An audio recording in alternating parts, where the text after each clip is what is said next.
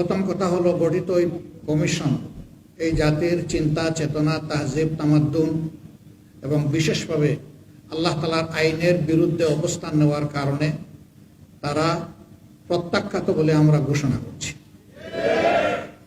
এরা সমাজের বিপর্যয়ের জন্য এই প্রস্তাবনাগুলো এনেছে।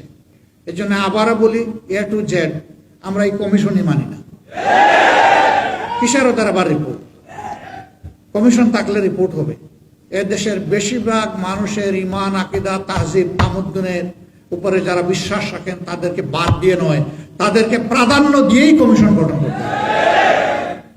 আলহামদুলিল্লাহ রাব্বিল আলামিন, ওয়াসসালাতু ওয়াসসালামু আলা রাসূলিহিল কারীম ওয়া আলা আলিহি ওয়া সাহবিহি ওয়া আহলি বাইতি আজমাইন, আম্মা বা'দ।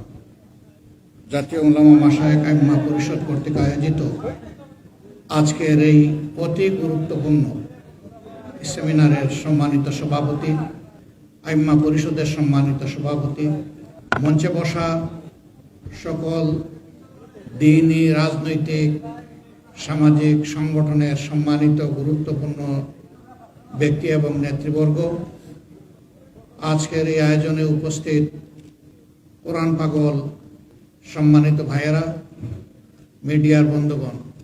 প্রথম কথা হলো, গঠিত ওই কমিশন এই জাতির চিন্তা চেতনা, তাহজিব, তামাদ্দুন এবং বিশেষভাবে আল্লাহ তাআলার আইনের বিরুদ্ধে অবস্থান নেওয়ার কারণে তারা প্রত্যাখ্যাত বলে আমরা ঘোষণা করছি। এদের রিপোর্ট বাতিল করার কোনো ব্যাপার নাই, এদেরকেই আগে প্রত্যাখ্যান করতে হবে। এরা প্রত্যাখ্যাত হলে এদের রিপোর্টও শেষ। 2 নম্বর, আমাদেরকে একটু ভাবতে হবে, আমাদেরকে কোন দিকে নিয়ে যাওয়ার জন্য জোর করে চেষ্টা করা হচ্ছে। আমাদের শিশুকালে আমরা দেখেছি আমাদের শিক্ষাদান শুরু হতো মক্তবের পাঠ দিয়ে। সকালবেলা মক্তবে যেতাম, ওখান থেকে আসার পরে গোসল করে মা কাপড় পরিয়ে বই হাতে ধরিয়ে স্কুলে পাঠিয়ে দিতেন।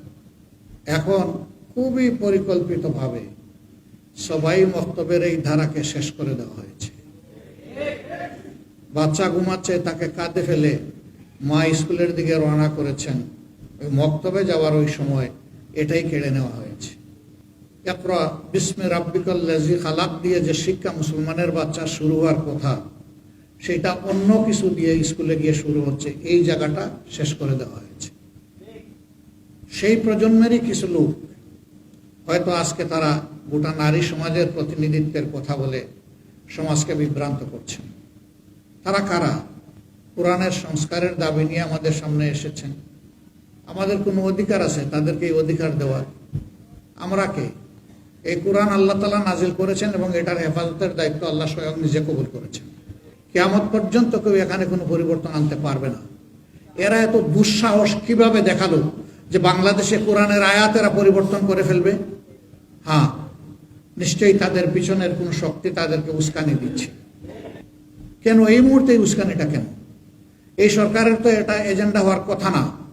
আরো বহু গুরুত্বপূর্ণ বিষয় রয়ে গেছে, ওগুলা বাদ দিয়ে ওগুলা নিয়ে কোনো কুল কিনারা নাই। হঠাৎ করে এটা সামনে নিয়ে আসা কেন? এর মূল কারণ, স্বাধীন বাংলাদেশে 54 বছরে মানুষ যা আশা করেছিল পেয়েছে তার উল্টাটা। এই সমাজকে বিভিন্নভাবে কুড়ে কুড়ে ধ্বংস করা হয়েছে। এখন এদেশের দিনদার ইমানদার যে শক্তিটা জেগে উঠেছে, তাকে নিয়ে মানুষ নতুনভাবে স্বপ্ন দেখা শুরু করেছে। এই জায়গায় ইসলামী শক্তির মুখোমুখি আরেকটা শক্তিকে দাঁড় করিয়ে দেওয়া হচ্ছে, জনগণের দৃষ্টিকে ভিন্ন দিকে প্রবাহিত করার জন্য, নিয়ে যাওয়ার জন্য। অতীতের সকল চক্রান্ত এদেশের মুসলমানরা ঐক্যবদ্ধভাবে প্রতিহত করেছেন। ইনশাআল্লাহ এই চক্রান্ত টিকবে না, এটাও ভেসে যাবে ইনশাআল্লাহ। এরা শুধু আল্লাহ তাআলার কোরআন বিরোধী প্রস্তাবনা নিয়ে আসে নাই, এরা নিজেরা স্ববিরোধীও বটে। একদিকে তাদের ভাষায় তারা নারী পুরুষের সমান অধিকার চায়, আবার তারা বলতেছে সব জায়গায় এত % কোটা নির্ধারণ করতে হবে। তো এটা তো স্ববিরোধী হয়ে গেল না? অধিকার যদি সমান হয় কোটার প্রশ্ন আসবে কেন? যার যার যোগ্যতা প্রমাণ করে নিজ জায়গায় চলে যাও, তাইলে তো কোটার দরকার নাই। কোটা দেওয়া হয় পিছিয়ে পড়া অংশকে তাদেরকে সুযোগ দেওয়ার জন্য।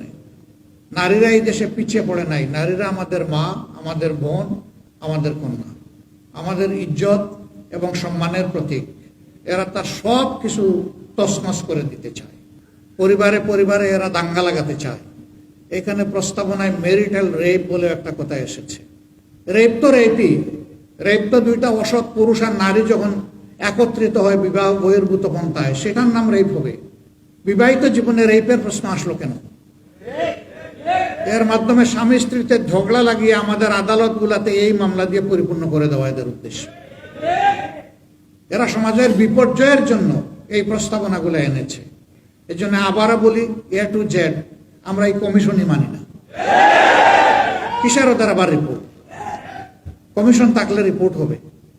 যদি এই সংক্রান্ত নারীদের অধিকারের কোনো জায়গায় যদি ক্ষুণ্ণ হয়ে থাকে, সেইটাকে যদি আবার সামনে আনতে হয়, তাহলে অবশ্যই দেশের বেশিরভাগ মানুষের ইমান, আকিদা, তাহজিব, তামুদ্দুনের উপরে যারা বিশ্বাস রাখেন তাদেরকে বাদ দিয়ে নয়, তাদেরকে প্রাধান্য দিয়েই কমিশন গঠন করতে হবে। এই কমিশনে দুঃখজনকভাবে সেই রকম একজন নারীকেও রাখা হয়নি। এখানেই তো এটা পক্ষপাত দুষ্ট। আমরা এটা মানব না, আমাদের সাফ কথা, এটা মানব না আমরা। এর জন্য কোনো আন্দোলনে আমরা যেতে চাই না, কিন্তু যদি আমাদেরকে বাধ্য করা হয় অবশ্যই আমরা আন্দোলন করব।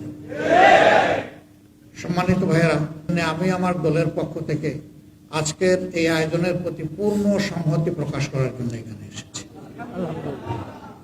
ইনশাআল্লাহ আমরা হাতে হাত ধরে দিন এবং সমাজের সকল কল্যাণকর কাজ একসাথে করবো ইনশাআল্লাহ। এবং আমরা বার্তা দেব যে আমাদেরকে ভাগ ভাগ টুকরা টুকরা করে তোমরা আমাদের মাথায় আর কাঁঠাল ভেঙে খেতে পারবে না। আল্লাহ তাআলা আমাদেরকে তৌফিক দান করুন। আমাকে এখানে দাওয়াত দিয়ে দুটি কথা বলার সুযোগ তৈরি করে দেওয়ার জন্য আমি আবারও আয়োজক সংস্থার প্রতি আমার গভীর কৃতজ্ঞতা জ্ঞাপন করছি এবং রব্বুল আলামিনের দরবারে তৌফিক চাচ্ছি সকল ষড়যন্ত্রের বিরুদ্ধে আমরা বুক টান করে, বুককে শক্ত করে, মহান রবের উপর ভরসা করে আমরা যেন সব ষড়যন্ত্র মোকাবেলা করতে পারি। আল্লাহ যেন তৌফিক দান করেন ইনশাআল্লাহ। আগামীর বাংলাদেশ হবে ইনসাফের বাংলাদেশ, যার উত্থান ঠেকানোর জন্য আজকে এই সুরসুরে দেওয়া হচ্ছে সেই কোরআনের বাংলাদেশ।